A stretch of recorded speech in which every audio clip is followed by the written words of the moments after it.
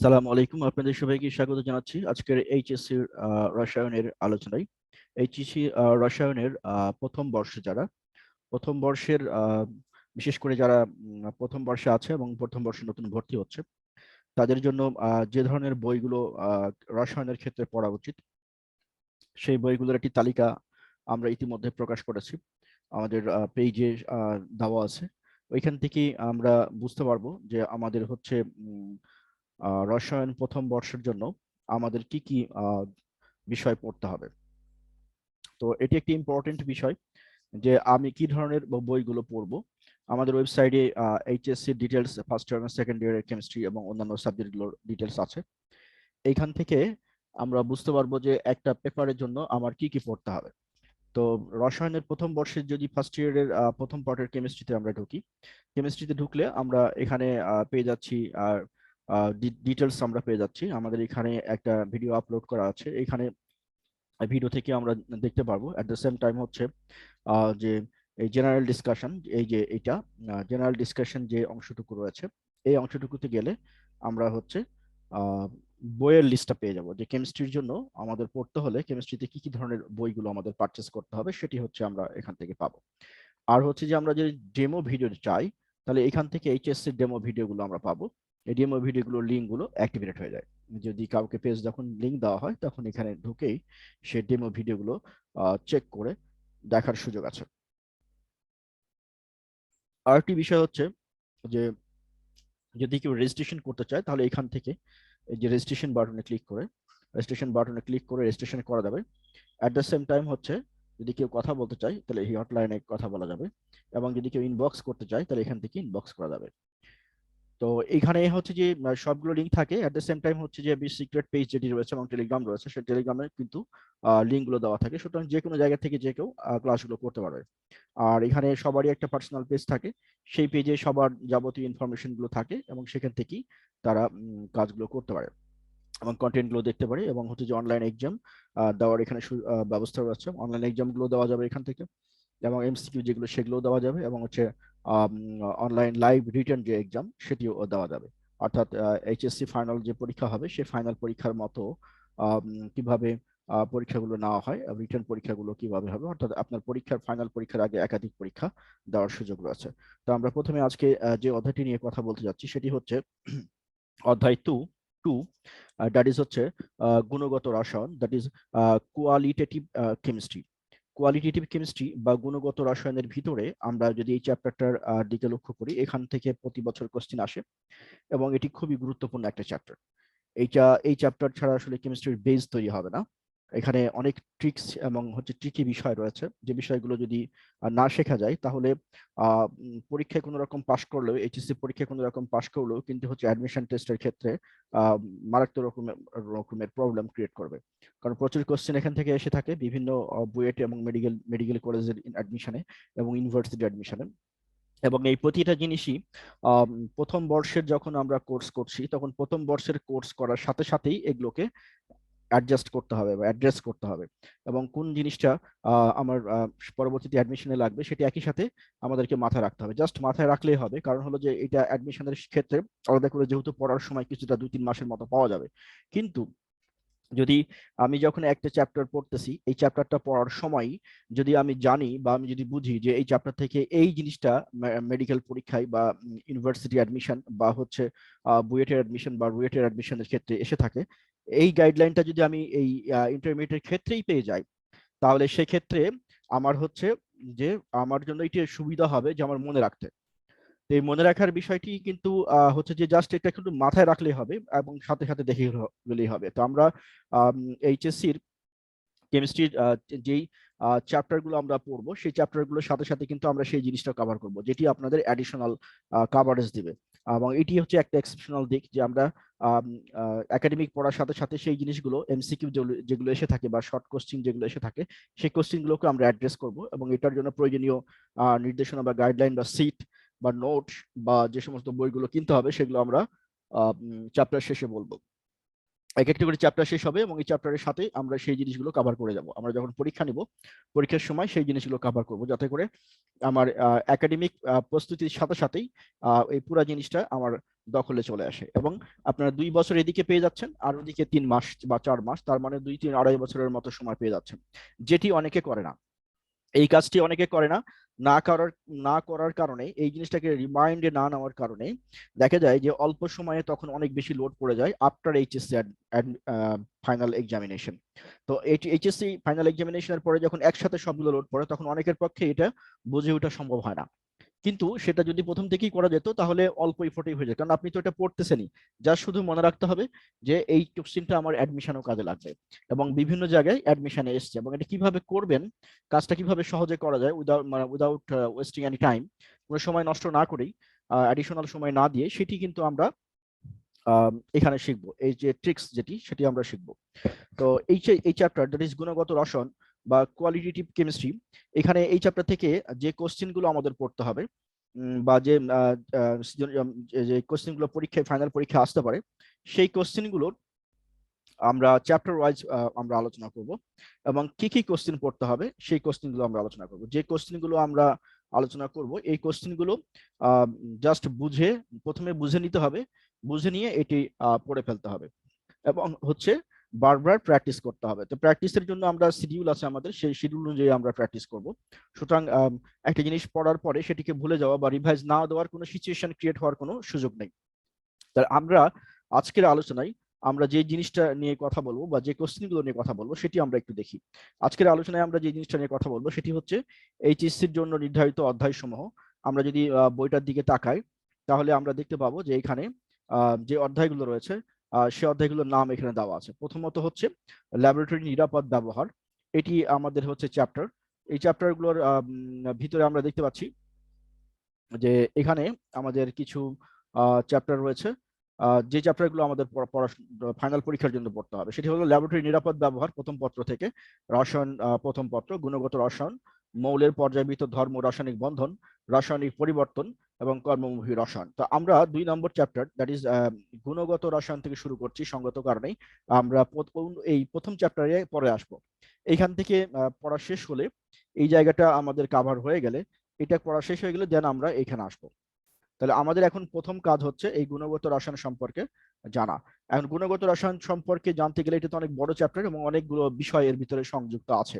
আমরা ধারাবাহিকভাবে আলোচনায় যাব। তো এখন প্রথমেই আজকের যে আলোচনা, সেই আলোচনায় হচ্ছে আমরা কি কি কোশ্চেন পড়বো। আজকের আলোচনায় আমরা এই 3টা কোশ্চেন নিয়ে আলোচনা করব। একটি হচ্ছে প্রথম কোশ্চেন যেটা, সেটা হচ্ছে একটি পরমাণুতে ইলেকট্রনের শক্তি স্তর বলতে কি বোঝায়। একটা পরমাণুতে ইলেকট্রনের শক্তি স্তর কি, অর্থাৎ শক্তি স্তরের কনসেপ্টটা কি। তো আমরা যদি রাদারফোর্ড মডেলের দিকে তাকাই, রাদারফোর্ড মডেলের দিকে তাকালে আমরা এই শক্তি স্তরের যে ধারণা, সেই শক্তি স্তরের ধারণাটা কিন্তু রাদারফোর্ড মডেল থেকে আসে। রাদারফোর্ড মডেলে আমরা দেখেছি যে উনি এক্সপ্লেন করার চেষ্টা করেছেন যে একটা পরমাণুর যে নিউক্লিয়াস, সেই নিউক্লিয়াসের চারিদিকে সার্কুলার বা বৃত্তাকার পথ রয়েছে। সেই বৃত্তাকার পথে কি হয়, ইলেকট্রনগুলো মুভ করতে থাকে। যেমন আমরা যদি একটা এক্সাম্পল হিসেবে দেখি, ধরেন এইটি হচ্ছে একটা সার্কুলার পথ এবং এই সার্কুলার পথের কেন্দ্রে আছে নিউক্লিয়াস, মানে as per Rutherford model nucleus, এবং নিউক্লিয়াসকে কেন্দ্র করে এই যে ইলেকট্রনগুলো এরকম করে মুভ করতে থাকে, এই কক্ষপথে মুভ করে অ্যাজ পার রাদারফোর্ড মডেল। তো এই যে এই মুভ করে, যেই পথের উপরে মুভ করে সেটিকে আমরা বলি কক্ষপথ বা হচ্ছে অরবিট। আমরা ইংলিশে বলি হচ্ছে অরবিট, অরবিট, অরবিট, বাংলায় বলি হচ্ছে কক্ষপথ, কক্ষপথ। তাহলে এইখানে আমরা কনসেপ্টটা পেলাম রাদারফোর্ড মডেল থেকে, যে অরবিট এবং কক্ষপথের যে কনসেপ্টটা, সেটি কিন্তু রাদারফোর্ড মডেলের একটা অবদান। তো এটি যখন এটাকে ডিনোট করা হয় এন দ্বারা, n ইকুয়াল টু 1 মানে হচ্ছে প্রথম কক্ষপথ, n equal to 2, n equal to 2 হলে এটা দ্বিতীয় কক্ষপথ হবে, এবং n ইকুয়াল টু 3 এবং n ইকুয়াল টু 4 এরকম করে বাড়তে থাকে। আবার এটাকে কে এল এম এন দ্বারাও প্রকাশ করা হয়। কে মানে প্রথম কক্ষপথ, এল মানে দ্বিতীয় কক্ষপথ, এম মানে তৃতীয় কক্ষপথ, এন মানে চতুর্থ কক্ষপথ। দুইটা ভাবেই ডিনোট করা হয়। তাহলে একটি পরমাণুতে ইলেকট্রনের স্থায়ী শক্তি স্তর কোনটা? স্থায়ী শক্তি স্তর হচ্ছে কোনো পরমাণুতে ইলেকট্রনগুলো নিউক্লিয়াসকে কেন্দ্র করে একটি নির্দিষ্ট বৃত্তাকার পথে ঘুরে। এই সমস্ত কক্ষপথ আবর্তনশীল ইলেকট্রন কোনো শক্তি বিকিরণ করে না। অর্থাৎ বলা হচ্ছে আমার যদি ইলেকট্রনটা যদি এভাবে মুভ করতে থাকে, এটি যদি আমার নিউক্লিয়াস হয় এবং নিউক্লিয়াসকে চারিদিকে এটা হলো কক্ষপথ হয়, তো ইলেকট্রন যে এইভাবে মুভ করতেছে, এই এরকম ভাবে মুভ করতেছে, এই মুভ করার জন্য ইলেকট্রনের কোনো শক্তি বা এনার্জি লস হয় না বা কোনো খরচ হয় না। অর্থাৎ ইলেকট্রন কোনো শক্তি ক্ষয় হয় না। এটি হলো মূল কথা। এই কক্ষপথকেই পরমাণুর ইলেকট্রনের স্থায়ী কক্ষপথ বলা হয় বা পার্মানেন্ট সেল বলে। স্থায়ী কক্ষপথ বা পার্মানেন্ট সেল বলে বা পার্মানেন্ট অরবিট বলে। তাহলে এই এই জিনিসগুলো আমরা নাম শিখলাম। যদি বলে যে আপনাকে পার্মানেন্ট অরবিট কি, তার মানে আপনি বুঝতে পারছেন স্থায়ী কক্ষপথ। n equal to 1 হলে কত কক্ষপথ, 1 প্রথম কক্ষপথ, n equal to 2 হলে কোন কক্ষপথ সেটা। এবং এই কক্ষপথগুলোতে ইলেকট্রনের কিন্তু একটা নির্দিষ্ট সীমা রয়েছে। অ্যাজ পার রাদারফোর্ড মডেল আমরা আমরা দেখেছি যে এই কক্ষপথের কনসেপ্টগুলো আসে, এবং বিউরি থিওরি অনুযায়ী আমরা জানি যে 2 ইকুয়াল টু n স্কোয়ার যে ফর্মুলা, এই ফর্মুলাতে যদি আমরা মান বসালে কোন কক্ষপথে কতগুলো ইলেকট্রন আছে সেটি আমরা বের করতে পারি। যেমন n ইকুয়াল টু যদি 1 হয় তাহলে 2 ইন্টু 1 এর পরে স্কোয়ার দিলে পরে কত হয়? 2 হয়। তার মানে প্রথম কক্ষপথে দুইটা ইলেকট্রন থাকবে। আর অনুরূপ ভাবে আমরা যদি দ্বিতীয় কক্ষপথে ইলেকট্রন বের করতে চাই তাহলে 2 ইন্টু 2 এর পরে স্কোয়ার স্কোয়ার দিলে কত হবে? 2। আর এখানে হচ্ছে 2 দুগুণা 4, তাহলে 4 দুগুণা 8। দ্বিতীয় কক্ষপথে কটা ইলেকট্রন থাকবে? 8টা। অনুরূপভাবে তৃতীয় কক্ষপথ, চতুর্থ কক্ষপথ, এই কক্ষপথের ইলেকট্রন গুলো আমরা বের করতে পারি। এটি বিভিন্ন ইউনিভার্সিটি এবং হচ্ছে যে মেডিকেল এবং বুয়েটের অ্যাডমিশন এই ধরনের কোশ্চেন গুলো দেওয়া থাকে যে এততম কক্ষপথের ইলেকট্রনের নাম্বার অফ ইলেকট্রন কোনটি সঠিক। তো তাহলে বুঝে গেল যে আমরা পার্মানেন্ট অরবিট কোনটা সেটা আমরা বুঝলাম। এখন দ্বিতীয় যে কোশ্চেনটা আমাদের ছিল সেটি হচ্ছে পরমাণুর অধিকাংশ স্থান ফাঁকা থাকে, ব্যাখ্যা করো। তো রাদারফোর্ডের যে আলফা কণার পার্টিকেল, যেটা আমরা এর আগেও পড়ে এসেছেন আপনারা, তো সেই ক্ষেত্রে দেখেছেন যে রাদারফোর্ডের যে যখন এই আলফা কণার বম্বার্ডিং এক্সপেরিমেন্ট বা পার্টিকেল এক্সপেরিমেন্টে কিন্তু অনেক কণাই যখন পাস করা হয়েছিল, রে পাস করা হয়েছিল, আলফা রে পাস করার ফলে কি হয়েছিল? আলফার অনেকগুলো পার্টিকেল কণাই কিন্তু চলে গেছিল পাস করে। যেমন রে গুলো, এটা মনে করেন নিউক্লিয়াস, তো কণাগুলো এরকম এরকম ভাবে যখন রে পাস করা হয়েছে তখন এভাবে পাস করে গেছে। এভাবে যখন গেছে তখন এটা এদিকে হতে বেঁকে গেছে, আরটা যখন গেছে তখন এটা এইদিকে বেঁকে গেছে। এরকম করে প্রতিটা রে পাস করে যাচ্ছিল, এবং এবং মাত্র একটা রে, দ্যাট ইজ যেটা সেন্টার নিউক্লিয়াস ছিল, এটা কিন্তু বাউন্স ব্যাক করেছিল। তো এই যে বাউন্স ব্যাক করলো তার মানে হচ্ছে পরমাণুর কেন্দ্রের এই যে একটা রে ফিরে আসলো, বাদ বাকিগুলো সবার সোজা পাস করে গেল। দেন এখানে একটা বোর্ড থাকে, এই বোর্ডের উপরে পরে এখান থেকে এটা আবার বিশ্লিষ্ট হয়। তো যেহেতু অধিকাংশই রে গুলো পাস করে গেছিল পরমাণুর ভিতর, যে শুধুমাত্র একটা রে রিটার্ন আসছিল, তার মানে হচ্ছে যে পুরো অংশটাই ফাঁকা এবং শুধুমাত্র কেন্দ্রেই যেটি আঘাত করেছিল সেটি কিন্তু বাউন্স ব্যাক করে আসলে। যখন আমরা রাদারফোর্ডের আলফা পার্টিকেল এক্সপেরিমেন্ট পড়বো তখন এটি আমরা আরো ভালো করে আলোচনা করব। বাট আমাদের আজকের কোশ্চেনের আলোচনা যেটি, সেটি বোঝার জন্য আমরা এটুকুই যথেষ্ট যে এই একটা পার্টিকেল ঘুরে আসলো, তার মানে এইগুলো ফাঁকা, এই অংশগুলো ফাঁকা, সেটি বলা হচ্ছে যে অধিকাংশ স্থান ফাঁকা। তো অধিকাংশ আলফা কণা স্বর্ণপাত ভেদ করে প্রায় সরলরেখা পাতের পিছন দিয়ে এসে জিঙ্ক সালফেট পর্দার উপরে উজ্জ্বল ক্ষুদ্র আলোক বিন্দু সৃষ্টি করে, যেটা ঘুরে আসছিল। আর অধিকাংশগুলোই কিন্তু পাস করে গেছিল। তো যেটা ঘুরে আসছিল সেটাই কিন্তু একটা আমরা সিগন্যাল পেয়েছিলাম। সেই জন্যই বলা হচ্ছে যে এই যে কেন্দ্র যেটি, সেটি হলো সামান্য পরমাণুর টোটাল আয়তনের তুলনায় অনেক ক্ষুদ্র একটা কেন্দ্র, এবং এখানে নিউট্রন এবং প্রোটন অবস্থান করে। তো এই জন্যই মানে আমরা বলতে পারি যে একটা পরমাণুর অধিকাংশ স্থানই কিন্তু ফাঁকা, এবং শুধুমাত্র টোটাল ভরের তুলনায় সামান্য ক্ষুদ্রতম একটা অংশ রয়েছে যেটাকে বলে পুঞ্জীভূত অবস্থায় রয়েছে, এবং সেটি হচ্ছে নিউক্লিয়াস। তার মানে পরমাণুর কেন্দ্রটা, এটাকে কেন্দ্রে যেটা, সেটাকে আমরা নিউক্লিয়াস বলি, এবং এখান দিয়ে যে কণাটা পাস করতে গেছিল সেটা বাউন্স ব্যাক করছিল বা ঘুরে আসছিল। এরপরে আমাদের আরেকটা কোশ্চেন আছে, সেটি হচ্ছে কোনো পরমাণুর নিউক্লিয়াসে নিউট্রনের অস্তিত্ব অবশ্যই স্বীকার করা প্রয়োজন। এটি বলা হচ্ছে যে কোনো পরমাণুর নিউক্লিয়াসে নিউট্রনের অস্তিত্ব অবশ্যই স্বীকার করা প্রয়োজন। কেন? পরমাণুর মোট ভর বলতে আমরা কি বুঝি? মোট ভর, এই এই জিনিসটা কি আসলে, এটা আমাদের আগে জানা দরকার। এই কোশ্চেনটার আলোচনায় আমরা যদি যে জিনিসটা, এই যে আমরা যে দুটো কোশ্চেন পড়লাম, এটা যদি এই ঘটনা আপনার মনে থাকে তাহলে এই ঘটনা ইজিলি পরীক্ষার হলে লেখা যাবে। আচ্ছা, এখন হচ্ছে যে এই নিউক্লিয়াস যেটা, নিউক্লিয়াসে কি কি থাকে সেটা আমরা আগে দেখি। নিউ সি এল ই ইউ এস, নিউক্লিয়াস। এই নিউক্লিয়াসে আমার কতগুলো জিনিস থাকে, কি কি থাকে? একটা থাকে প্রোটন, আর একটা থাকে নিউট্রন, তাই তো? আমরা এন দিয়ে প্রকাশ করি। প্রোটন এবং নিউট্রন থাকে। তো এই প্রোটন এবং নিউট্রনের সংখ্যা, প্রোটন সংখ্যা ইকুয়াল টু কোন একটা পরমাণুর প্রোটন সংখ্যা, প্রোটন সংখ্যা ইকুয়াল টু হচ্ছে আপনার হলো ইলেকট্রন নাম্বার। ইলেকট্রন, যতগুলো ইলেকট্রন থাকবে তত সংখ্যক প্রোটন থাকবে, মানে মাইনাস চার্জ, এটা হলো প্রোটন প্লাস চার্জ। এই প্লাস চার্জ ইকুয়াল টু হচ্ছে মাইনাস চার্জ, কোনো নিউট্রালি একটা পরমাণুর ক্ষেত্রে এটা প্রযোজ্য হয়। প্রোটন যতগুলো থাকে ততগুলো নিউট্রনও থাকে। আচ্ছা, তাহলে এই পরমাণুর কেন্দ্রে অবস্থান করছে কোনো একটা পরমাণুর কতগুলো প্রোটন থাকবে, তাহলে আমরা কিভাবে বুঝবো? বুঝবো হচ্ছে ওই পরমাণুর টোটাল নিউট্রন নাম্বার কত, ইলেকট্রন নাম্বার কত। ইলেকট্রন নাম্বার যত, তত সংখ্যক হচ্ছে প্রোটন থাকবে।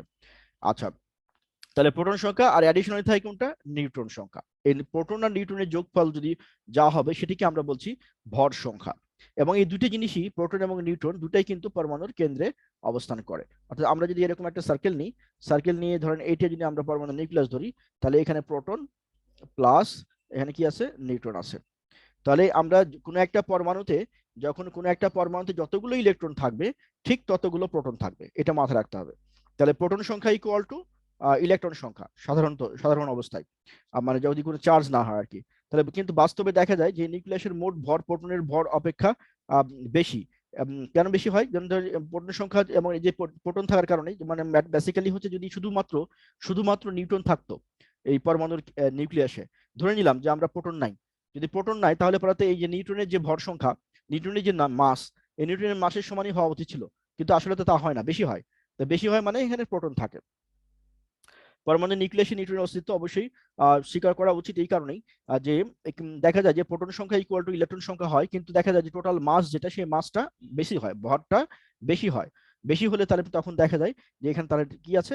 নিউট্রন আছে। নিউট্রন থাকার কারণে এই প্রোটন নিউট্রনের যোগফলের জন্যই এই ঘটনাটা ঘটে। তো সেই জন্যই আমরা হচ্ছে যে পরমাণুর কেন্দ্রে প্রোটন তো থাকেই, কিন্তু সাথে নিউট্রনও থাকে, এই অস্তিত্ব আমাদেরকে স্বীকার করে নিতে হয়, আদারওয়াইজ আমাদের টোটাল ভরটা মিলবে না।